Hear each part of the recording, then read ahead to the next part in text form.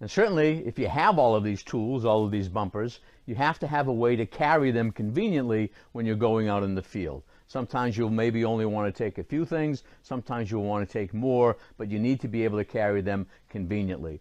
There are bags, pouches on the market that you can find. Most of the ones that I've looked at, I'm not really wild about, because I like something like this where you can sling it over your shoulder, so it's very convenient. Carrying all the time with you, something like this just doesn't work real well because you're controlling your dog, or you might have a bumper in your hand. With something you can sling over your shoulder, you can still work the dog while you have everything at the ready. My wife actually made a pouch like this for me a long time ago that did not have these little pockets on the outside. It was just the pouch itself. But you can carry a lot of material in it. When my sister, thank you Fran, made this pouch for me, we added these pockets on the outside so that you can easily, conveniently slip a dummy into it, a bottle of water, and then you still have the inside of the pouch where you can carry other larger items, and even within that there's a little Velcro pocket where you can carry cigars or whatever else it is that you might like to carry. Keys, I put a little clip on the shoulder of this to carry keys. It just works out really well. If you have something like this made, or if you find something that you like, just make sure that the strap is a good length for you, for the length of your arms, so that when you reach down into something, it's right there. Because as you start to put items in here, it's going to get a little heavy, so the length of it is very important.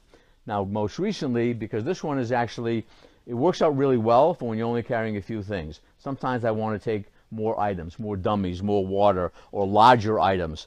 This actually had made by a tailor. So this is just bigger. You'll see that it has 5 pockets on the outside for dummies, for bottle of water, for bug spray, whatever it is that you want to put inside. The inside is just a lot larger. So if you're carrying some of the Dokens dummies, or perhaps some of the retriever trainers, you've got more room to fit a sweater, more room to fit inside that. Again, just a neat little thing to carry keys. These are the best thing that I own. They just work really well. They're very slick, and they're necessary because you have to carry all this stuff conveniently. There is, however, sometimes, especially if you're out working from a pile, now you want to take a lot of things, a lot of dummies. These little canvas bags are great, because here you're not carrying them around with you all the time you're in the field. You're carrying them, you're going to a spot, and you're dumping a lot of dummies at one time, or perhaps in a line. But here you can just carry a lot of stuff.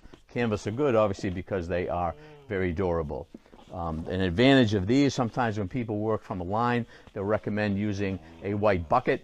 These also can be used to help the dog mark where the birds are.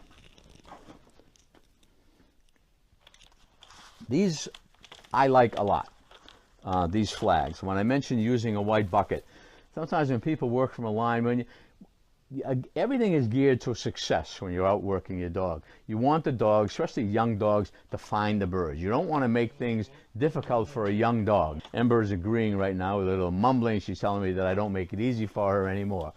But if you use a white bucket or a bag like that, it's low to the ground. And sometimes if you're in a field and grass is high, you always have to keep in mind dogs' perspective of what they're seeing at eye level. So they might not even see that. A flag at distance, when you're really talking distance, a dog can see this for 30, 40, 50, 80 yards even. If the wind's blowing, these things flap. These, and we'll talk about this a little bit more on the website, these are very effective for playing baseball or for just doing long line retrieves, to say to the dog, okay, this is where the bird is, and that's where I want you to go, and I want you to find it. My son one time said to me, you're making it too easy for the dog. And yeah, that's the key. You want to make it easy for the dog to find the bird until it gets so accustomed that where you tell the dog there's a bird, and at a distance, that they know that's where the bird is. This little switch can be very effective in helping teaching a dog to heel.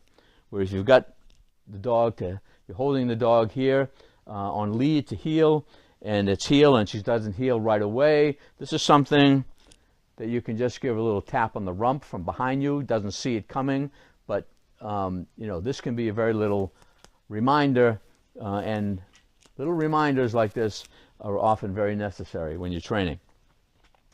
And then, of course, I hope I don't even have to say this, but a first aid kit. I have two sizes. This one I keep in the car. This is a little bit less, a little more urgent care that I put in my pouch to carry with me out in the field. Obviously necessary, and I hope you never use one, but there will come a day, and when you have it handy, you're going to be glad you did. And really, after all that, there is one, perhaps the most important tool that you just cannot train, you cannot hunt, you cannot do anything without, and that, of course, is the pup. Yeah, good girl, good girl, good girl.